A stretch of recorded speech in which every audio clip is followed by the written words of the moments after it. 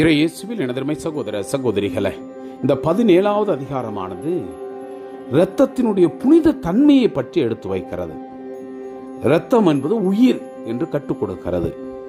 அதாவது இஸ்ரேல் மக்களோ அல்லது இஸ்ரேல் மக்கள் வாழக்கூடிய அந்நியர்களோ அவர்கள் கூடாரத்திற்கு முன்பாக, ஆலயத்திற்கு முன்பாக பலியிடாமல் அவர்கள் வீட்டிலோ அல்லது தோட்டத்திலோ வயலிலோ பலியிட்டு அங்கு அந்த இரத்தத்தை சிந்தினால் அவர்கள் அழிக்கப்படுவார்கள். அது மட்டுமல்ல, எந்த ஒரு மனிதனும் அவர்களுடைய அந்த வெட்டப்பட்ட ஆடோ மாடோ அதனுடைய இரத்தத்தையோ அல்லது வேட்டையாடிய விலங்கு அல்லது பறவையினுடைய இரத்தத்தையோ அருந்தக்கூடாது. ஏனெனில் இஸ்ரேல் மக்கள் இதை செய்யக்கூடாது. அவர்கள் செய்தால் அது அவர்களுடைய மிகப்பெரிய பாவம் என்றும் கடவுள் அவர்களை முன்னாடியே வலியுறுத்தி இருக்கிறார். மறுபடியும் அதை எடுத்து வைக்கிறார். அதனால அவர்கள் அப்படி யாராவது செய்தால் அதற்கான பழி, அந்த பாவம் போக்கு பழியை அவர்கள் கட்டாயம் செய்யணும்.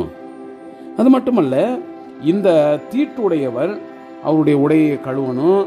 அதை கழுவாவிட்டால் அந்த பாவத்தை அவனே சுமந்து கொண்டு போவான். எனது இரத்தத்தை எக்காரணத்தை கொண்டும் இஸ்ரேல் மக்கள் குடிக்க கூடாது என்பதையும் இந்த அதிகாரம் தெளிவுபடுத்துகிறது. அன்புக்குரியவர்களே, இரத்தம் என்பதால் உயிர். இரத்தம் சிந்துவதே பாவம்தான். அந்த இரத்தம் எவ்வளவு தூய்மையானது என்பதை நாம் உள்வாங்கியவர்களாக நாம் இந்த அதிகாரத்திற்கு செவிமடுப்போம். ஆண்டவர் மோசேயிடம் கூறியது, ஆரோன் அவன் புதல்வர் எல்லா இஸ்ரேல் மக்கள் ஆகியோரிடம் நீ கூற வேண்டிய ஆண்டவரின் வார்த்தை இதுவே: இஸ்ரேல் குடும்பத்தை சேர்ந்த யாரேனும் மாடு, ஆடு அல்லது வெள்ளாடு இவற்றை சந்திப்பு கூடார வாயிலான ஆண்டவர் உறையும் அந்த இடத்தில் அவரது திருமுன் ஆண்டவருக்கு செலுத்தும்படி கொண்டு வராமல் குடியிருப்பிலோ குடியிருப்பு எல்லைக்கு வெளியிலோ கொலை செய்தால் அது அவருக்கு பழியாகும். குருதி சிந்த செய்தால் அவர் தமது இனத்தினின்று அழிக்கப்படுவார். எனவே இஸ்ரேல் மக்கள் வயல்வெளியில் பலியிடுகிற தங்கள் பலிகளை சந்திப்பு கூடார வாயிலுக்கு ஆண்டவர் திருமுன் கொண்டு வந்து அங்கே அவருக்கு நல்லுறவு பலிகளாக செலுத்துவார்கள்.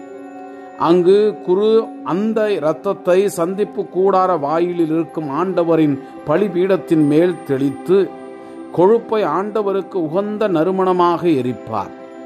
அவர்கள் கள்ளத்தனமாய் பின்பற்றி வந்த பேய்களுக்கும் இனி தங்கள் பலிகளை செலுத்தக்கூடாது. இது அவர்களுக்கு என்றும் உள்ள நியமமாகும்.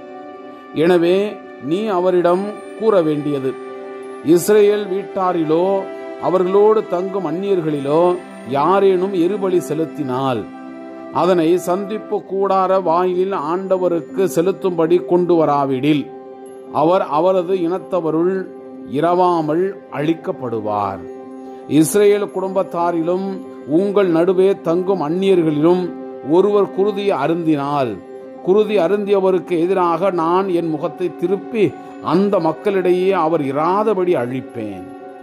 உடலின் உயிர் குருதியின் உள்ளது. அதனை நான் உங்களுக்காக பலிபீடத்தின் மேல் உங்கள் உயிருக்கென பாவ கழுவாய் செய்யும்படி ஆணையிட்டேன். ஏனெனில் அது உயிருக்கான பாவ கழுவாய் நிறைவேற்றும் குருதி. எனவேதான் இஸ்ரேல் மக்களுக்கு சொன்னேன், உங்களில் ஒருவரும் குருதியை அருந்த வேண்டாம், உங்களிடையே தங்கும் அந்நியரும் அருந்த வேண்டாம்.